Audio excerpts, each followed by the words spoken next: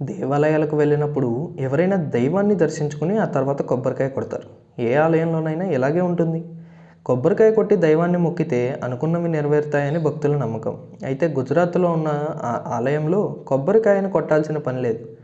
ఆలయంలో ప్రతిష్ఠించబడిన ఆంజనేయ స్వామి విగ్రహం నోట్లో కొబ్బరికాయ పెడితే చాలు, ఆ కొబ్బరికాయ 2 ముక్కలే బయటికి వస్తుంది. అవును, మీరు విన్నది నిజమే. దీన్ని చూసేందుకు, అలా కొబ్బరికాయను కొట్టేందుకు చాలామంది భక్తులు ఆ ఆలయానికి వెళ్తుంటారు. ఇంతకీ అసలు విషయం ఏమిటంటే, అది గుజరాత్లోని సారంగాపూర్ జిల్లాలో ఉన్న హనుమాన్ ఆలయం. ఆ ఆలయంలో ఉన్న గర్భగుడితో పాటు ప్రాంగణంలోనూ ఓ హనుమాన్ విగ్రహం ఉంటుంది. అయితే ఆ ఆవరణలో ఉన్న హనుమాన్ విగ్రహం నోట్లో కొబ్బరికాయ పెడితే అది 2 ముక్కలే బయటకు వస్తుంది. చదివేందుకు వింతగా ఉన్న ఈ విషయం నిజమే. అయితే కొబ్బరికాయ అలా 2 ముక్కలు కావడం వెనుక ఏ అతీత శక్తి లేదు. అది కేవలం అక్కడి మనుషుల్లో ట్రిక్కే. భక్తులు ఆ హనుమాన్ విగ్రహం నోట్లో కొబ్బరికాయ పెట్టగానే అది 2 ముక్కలు అయ్యేలా ముందే ఓ ప్రత్యేకమైన మిషన్ను ఆ విగ్రహంలో ఏర్పాటు చేశారు అక్కడి ఆలయ సిబ్బంది. దీంతో ఎవరైనా ఆ విగ్రహం నోట్లో కొబ్బరికాయ పెట్టగానే అది ముక్కలై బయటకు వస్తుంది. అంతేకాదు, అయితే ఆలయ సిబ్బంది అలా ఎందుకు ఏర్పాటు చేశారో తెలుసా? భక్తులను ఆకర్షించడం కోసం మాత్రం కాదు. మరి ఎందుకు అంటే, ఆలయాల్లో కొబ్బరికాయలు కొట్టే స్థలంలో శుభ్రత ఉండదన్న విషయం తెలిసిందే.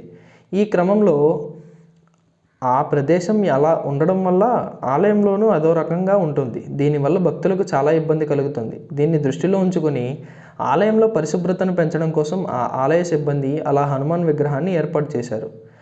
అవును, మరి ఆలయాలు అంటే స్వచ్ఛతకు, పరిశుభ్రతకు నిలయాలుగా ఉండాలి. అంతేకాదు, ఏది ఏమైనా ఇలాంటి వినూత్నమైన మిషన్ ఏర్పాటు చేసిన ఆలయ సిబ్బందికి అభినందనలు తెలపాల్సిందే కదా. మరోవైపు మనలో చాలామందికి గుడికి వెళ్తాం, మన కోరికలు తీర్చమని దేవుణ్ణి వేడుకుంటాం. గుళ్ళోకి వెళ్లే ముందు మనకు ధ్వజస్తంభం దర్శనమిస్తుంది. మనం ధ్వజస్తంభానికి మొక్కిన తర్వాతనే గుడిలో దేవుడి దగ్గరికి వెళ్తాం. కానీ గుడిలో ధ్వజస్తంభం ఎందుకు ఉంటుంది అని ఆలోచించారా? గుడిలో ఉండే ధ్వజస్తంభం వెనుక ఒక కథ ఉంది. కురుక్షేత్రం తర్వాత ధర్మరాజు సింహాసనాన్ని అధిష్ఠించి రాజ్యాన్ని పాలిస్తుంటాడు. ప్రజల దగ్గర మెప్పు కోసం, ధర్మమూర్తిగా పేరు పొందడం కోసం అనేక దాన ధర్మాలు చేస్తుంటారు. అది సరికాదని శ్రీకృష్ణుడు ధర్మరాజుకి గుణపాఠం చెప్పాలనుకుంటాడు. అందుకని అశ్వమేధ యాగం చేసి శత్రురాజులను గెలిచి, దేవతలను, బ్రాహ్మణులను గెలిచి రాజ్యాన్ని సుభిక్షం చేయమని కోరతాడు. ధర్మరాజు శ్రీకృష్ణుని మాట శిరసా వహించి అశ్వమేధానికి సన్నాహాలు చేయించి యాగాశ్వానికి రక్షకులుగా నకుల దేవలను సైన్యంతో పంపుతాడు.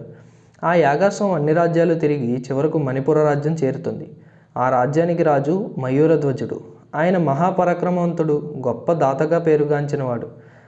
మయూరధ్వజుని కుమారుడు తామ్రధ్వజుడు పాండవుల యాగాశ్వాన్ని బంధిస్తాడు.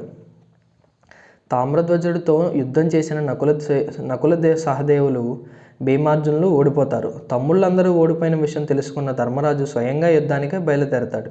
అప్పుడు శ్రీకృష్ణుడు అతన్ని వారించి మయూరధ్వజుడిని యుద్ధంలో జయించడం సాధ్యం కాదని, కపటోపాయంతో మాత్రమే జయించాలని చెప్తాడు. శ్రీకృష్ణుడు, ధర్మరాజు కలిసి ముసలి బ్రాహ్మణుల రూపంలో మణిపురం వెళ్తారు.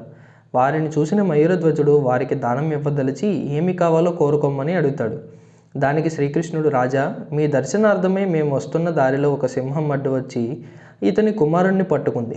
బాలుని విడిచిపెట్టవలసిందిగా మేము ప్రార్థించగా సింహం మానవ భాషలో, మీ కుమారుడు మీకు కావాలంటే మణిపుర రాజైన మయూరధ్వజుని శరీరంలోని సగ భాగం నాకు ఆహారంగా అతడి భార్యాపుత్రులే స్వయంగా కోసి ఇవ్వగా తెచ్చి ఇస్తే అతన్ని వదిలేస్తానని చెప్పిందని, కనుక ప్రభువులు మా యందు దయతలిచి తమ శరీరంలోని సగ భాగాన్ని దానమిచ్చి ఇతడు కుమారుని కాపాడమని కోరుతారు. వారి కోరికని విన్న మయూరధ్వజుడు అంగీకరించి దానికి తగిన ఏర్పాట్లు చేయించి భార్య కొడుకులకు అతని శరీరాన్ని మధ్యకు కోసి వారికి ఇవ్వమని చెప్తాడు. వారు ఆయన శరీరాన్ని సగంగా కోయటం చూచిన ధర్మరాజు అతని దానగుణానికి నివ్వెరపోయాడు.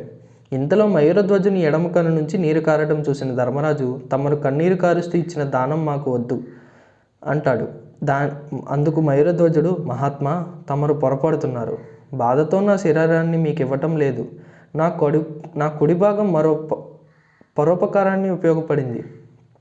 కానీ ఆ భాగ్యం తనకు కలగటం లేదు కదా అని ఎడమ కన్ను చాలా బాధపడుతూ కన్నీరు కారుస్తుంది అని వివరిస్తాడు. మయూరధ్వజుని దానశీలతకు మెచ్చిన శ్రీకృష్ణుడు తన నిజరూపాన్ని చూపి మయూరధ్వజుని, నీ దానగుణం అమోఘం, ఏదైనా వరం కోరుకో అంటాడు. పరమాత్మ, నా శరీరం నశించిన నా ఆత్మ పరోపకార్థం ఉపయోగపడేలా నిత్యం మీ యందు ఉండేలా లాగాను గ్రహించండి అని కోరతాడు మయూరధ్వజుడు. అందుకు శ్రీకృష్ణుడు తదాస్తు అని, మయూరధ్వజ, నేటి నుంచి ప్రతి దేవాలయం ముందు నీ గుర్తుగా నీ పేరుని ధ్వజస్తంభాలు వెలుస్తాయి. వాటిని ఆశ్రయించిన నీ ఆత్మ నిత్యం దైవ సాన్నిధ్యంలో ఉంటుంది. ముందు నిన్ను దర్శించి ప్రదక్షిణ నమస్కారాలు ఆచరించిన తర్వాతనే ప్రజలు తమ ఇష్ట దైవాలను దర్శించుకుంటారు. ప్రతినిత్యం నీ శరీరమును దీపం ఎవరుంచుతారో వారి జన్మ సఫలమవుతుంది.